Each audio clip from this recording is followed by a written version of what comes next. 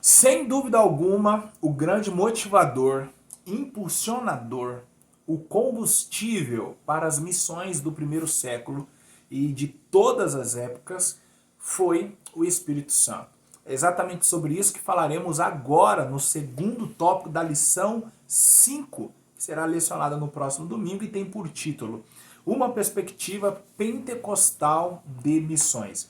Eu sou o professor Lucas Gomes e estou muito feliz em saber que você está aqui comigo para preparar a sua próxima aula. Já gravei a explicação do primeiro tópico, você pode, após terminar esta aula, voltar ao primeiro tópico, assistir a explicação que dei, bem como já está disponível no canal o tópico 3, tá bom? Para você então ter todas as explicações, por favor, ao terminar este vídeo, não esqueça de deixar o seu like, se inscrever e assistir esses outros dois vídeos que estão bem curtinhos e eu tenho certeza que vão abençoar a sua vida e enriquecer a sua aula.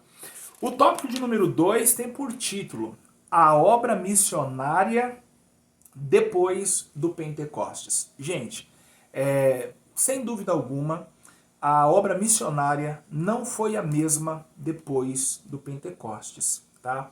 O que nós podemos dizer é que antes do Pentecostes, a obra que foi realizada foi uma obra que carecia da presença do Espírito Santo.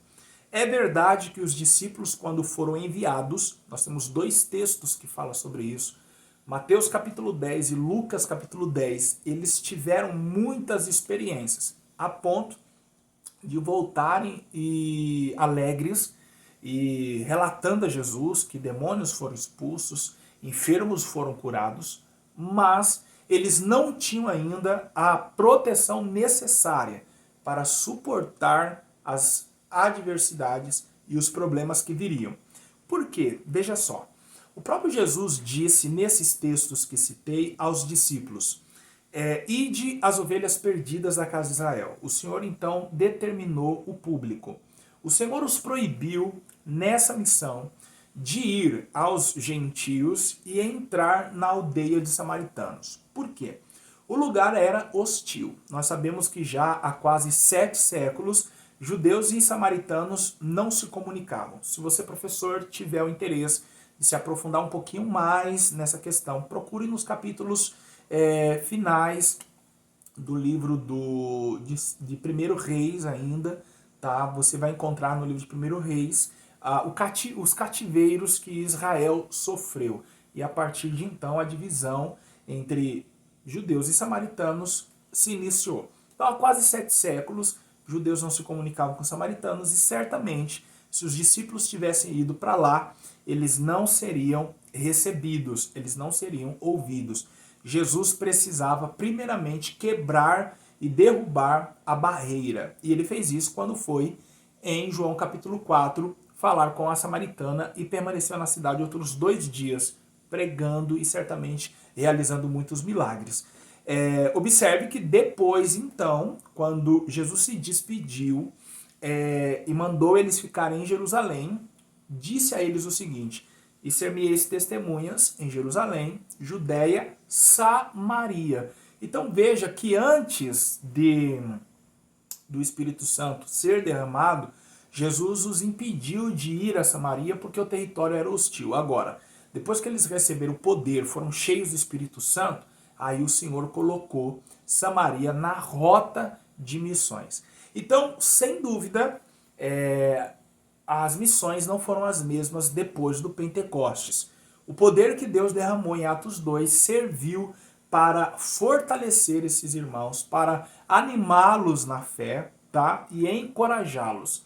Eles receberam ali um revestimento. Isso é importante porque eles já tinham o Espírito Santo. O que eles receberam então? Um revestimento para suportar as adversidades. Se nós percebermos então, logo após a igreja se expandiu. Nós temos então o apóstolo Paulo sendo usado por Deus para abrir igrejas em todas as províncias romanas. E aí nós temos aqui, de acordo com o segundo ponto do tópico 2, Paulo abrindo igrejas na região da Galácia, na Macedônia, na Acaia e também na Ásia. Então, veja vocês que o Espírito Santo encheu os apóstolos e os enviou. É interessante isso porque Lucas, ele deu atenção no primeiro momento, pelo menos ali até o capítulo 10 de Atos dos Apóstolos, ao ministério de Pedro. A partir do capítulo 13, ele deu atenção ao ministério de Paulo, até porque Lucas ele passou a fazer parte da caravana missionária, que tudo indica, a partir de Atos 16, da segunda viagem missionária. Por quê? Lucas ele agora não mais narra os acontecimentos na terceira pessoa, e sim na primeira pessoa do plural. Ele diz nós, tá? Ele não mais se refere somente ao apóstolo Paulo. Então, talvez por isso, ele vai dedicar a maior parte, tá, dos capítulos de Atos dos Apóstolos para relatar os feitos de Paulo. Todavia, Lucas ele não deixa de mencionar outras pessoas que certamente foram protagonistas no primeiro século da igreja. Ele falou sobre Barnabé, ele falou sobre Silas, ele falou sobre Filipe, ele falou sobre João Marcos, ele falou sobre Apolo, Áquila, Priscila e outros. João Marcos ele não foi assim tão importante para missões enquanto missionário. Ele foi mais importante para a igreja enquanto teólogo, pois o primeiro evangelho escrito foi de Marcos. Se você não sabe, este evangelho escrito por Marcos, ele foi narrado por Pedro, porque Marcos era muito jovem quando Jesus desenvolveu seu ministério. Então ele não tinha idade para acompanhar Jesus. Como então ele deu um relato de uma testemunha ocular do ministério, da vida, da morte, da ressurreição do nosso Senhor, a partir das lentes de Pedro. Então Pedro muito provavelmente narrou e Marcos então escreveu. Então Marcos também teve a sua contribuição para com a obra missionária. E o que nós entendemos então? Após esses irmãos serem cheios e serem então enviados para as mais diversas partes do Império Romano, o Senhor Deus os fez entender e com isso também nos mostrou que Deus não faz acepção de pessoas.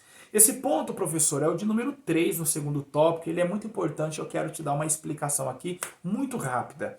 Em Atos dos Apóstolos, capítulo 10, o Senhor então deu uma visão para Pedro e ele viu como que um lençol se abrindo e animais de diferentes espécies, limpos e impuros, sobre aquele lençol. E o Senhor Deus então lhe deu uma ordem, mata e come.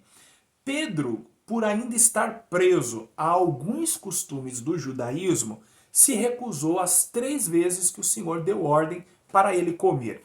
Eu acho esse ponto interessante porque capítulos antes, mais ou menos no capítulo 5, Pedro disse diante do Sinédrio que mais importava obedecer a Deus do que aos homens.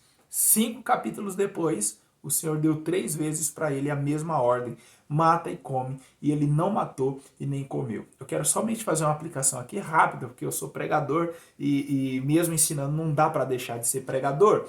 Nós temos no capítulo 3 de 1 Samuel, o Senhor falando com um menino 3 vezes e ele atendendo 3 vezes. E aí em Atos 10 nós temos o Senhor falando 3 vezes com um obreiro velho e ele não atendendo as 3 vezes. Aí fica a seu critério, professor, ser um menino diante de Deus e atender a voz, ou um obreiro, uma obreira velha e não ouvir e não atender a voz do Senhor. Brincadeira à parte, o que eu quero mostrar a você é que com essa visão, Deus tratou o apóstolo Pedro. Deus então o fez entender que aquilo que ele santifica não pode ser chamado de impuro. Justamente por isso, Pedro aceitou ir com os servos de Cornélio e logo depois entrar também na casa de Cornélio. Por quê?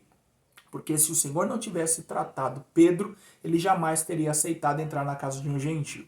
Então, com isso, o Senhor fez Pedro compreender que não existe em Deus, acepção de pessoas. Ou seja, a salvação ela é universal. A salvação ela é para todos. Professor, muito obrigado pela sua companhia. Espero que tenha sido edificante a explicação desse ponto para você. Peço novamente que você deixe o seu like, se inscreva neste canal, compartilhe esta aula, Volta lá no primeiro tópico, ouve a explicação, e o terceiro já está disponível para você aqui também. Deus te abençoe, muito obrigado. Fique com Deus.